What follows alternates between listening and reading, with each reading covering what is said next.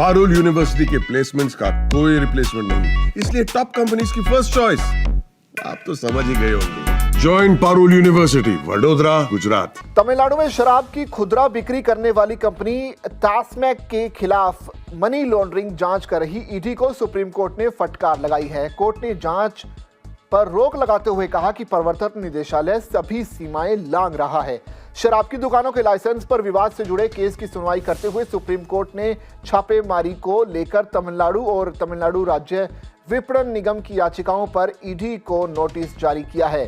Supreme court ने कहा कि ईडी संघीय सिद्धांत का उल्लंघन कर रहा है। शीर्ष न्यायालय ने यह भी पूछा कि वो टैस्मैक पर छापेमारी कैसे कर सकता है।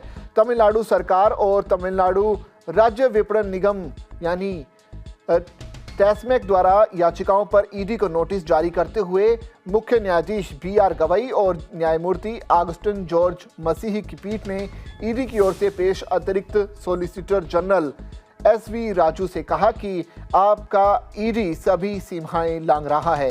पीठ ने कहा कि ईडी सभी नियमों को लांघ रहा है। कोर्ट ने कहा कि राज्य द्वारा संचालित टैस्मैक के खिलाफ ईडी की जांच आगे नहीं बढ़ेगी। विधि अधिकारी ने आदेश का विरोध करते हुए कहा कि यह मामला 1000 करोड़ रुपए से ज्यादा के भ्रष्टाचार से जुड़ा है और ईडी कम से कम इस मामले में अपनी सीमाएं नहीं लांघ रहा। पीठ ने वरिष्ठ अधिवक्ता कपिल सिब्बल और अमितानंद तिवारी की दलीलों पर गौर किया कि राज्य ने खुद 2014 से शराब की दुकानों के लाइसेंस आवंटन से संबंधित मामलों में 40 से ज्यादा एफआईआर दर्ज की हैं और अब ईडी ने मामले में कूदकर टैस्मैक पर छापा मारा है। पीठ ने पूछा कि आप राज्य द्वारा संचालित टैस्मैक पर कैसे छापा मार सकते हैं।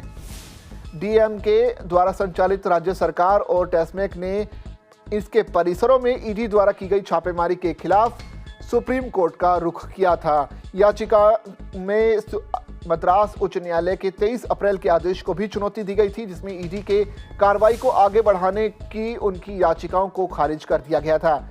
ईडी को धन शोधन निवारण अधिनियम यानी पीएमएलए के तहत अपनी कार्रवाई जारी रखने की अनुमति दी गई है।